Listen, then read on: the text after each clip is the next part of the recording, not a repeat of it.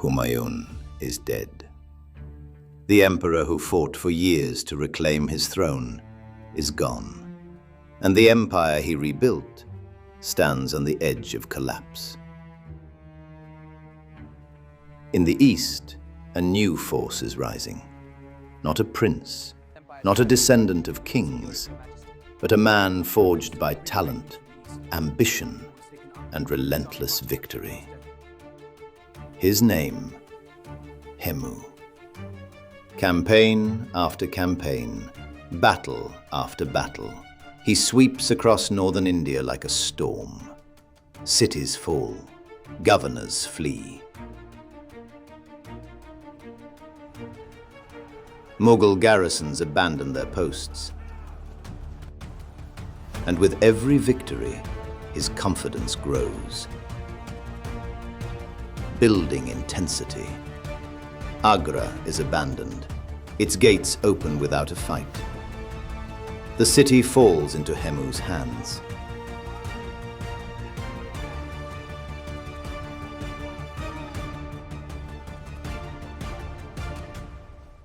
Then comes the greatest prize of all. Delhi, the heart of Hindustan, the seat of emperors, the symbol of power itself. Outside the city, Mughal forces make one desperate stand. But desperation is not enough. They are crushed, scattered, driven from the field. And as the dust settles, Delhi belongs to Hemu. The conqueror enters the ancient capital in triumph.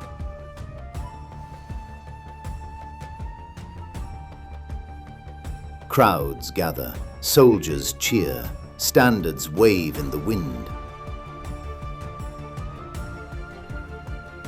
For many, it seems a new age has begun.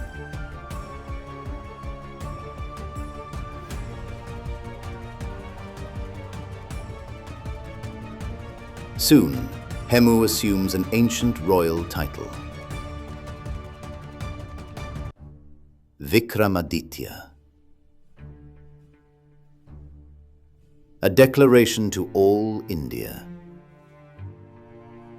He is no longer merely a general. He intends to rule. Far to the north, fear grips the Mughal court. The empire is shrinking. The enemy is advancing, and the emperor is only 14 years old. Some commanders see only one path: retreat, fall back to Kabul, save what remains, abandon India. But one man refuses. Bairam Khan, veteran warrior, guardian of the young emperor, the man who carried the weight of the empire upon his shoulders. His answer is simple. No retreat, no surrender. Tomorrow, they fight. Nearby, young Akbar listens in silence. Only 14 years old, yet the fate of an empire rests upon his shoulders. As dawn approaches, Mughal columns march toward Panipat. Horsemen, banners, artillery, and thousands of soldiers move across the dusty plain. Each step carries them closer to destiny. Across the battlefield, Hemu prepares with confidence. Victory has followed him from city to city. Agra has fallen. Delhi has fallen. Now, he believes the Mughal Empire itself will fall. His great war elephants are armored for battle. Steel covers their heads. Blades gleam upon their tusks. They stand like living fortresses. Night settles. Campfires stretch across the horizon. Some soldiers sharpen swords. Some whisper prayers. Some stare silently into the darkness, wondering if this is their final night.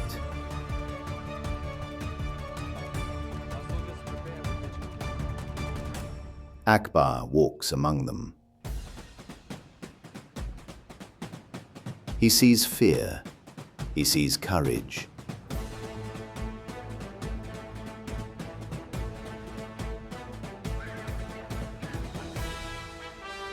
He sees the cost of kingship.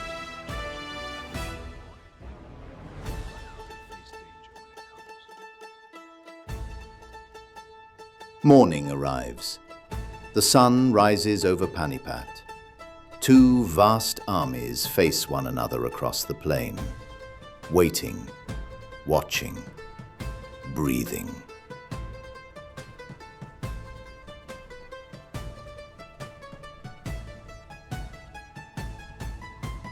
Then the war drums begin. Boom, boom, boom. The sound rolls across the battlefield. A warning, a promise, a summons to war. The earth trembles. The battle has begun. Hemu gives the order.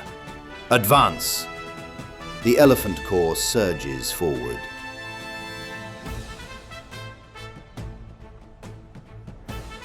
Hundreds of armored giants moving as one.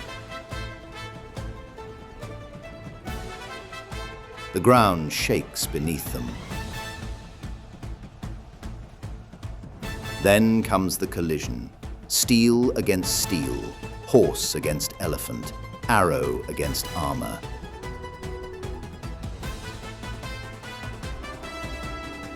The battlefield disappears beneath dust and chaos.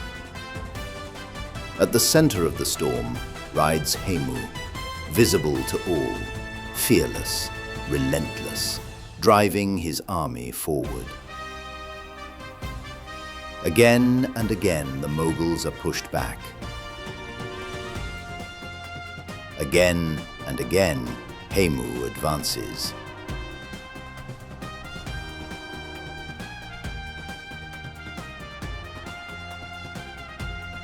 Victory feels close, very close. The Mughal lines begin to bend. Messengers carry grim reports. Units are falling back. Confusion spreads. But Bairam Khan refuses to break. He rallies the soldiers. He restores the line.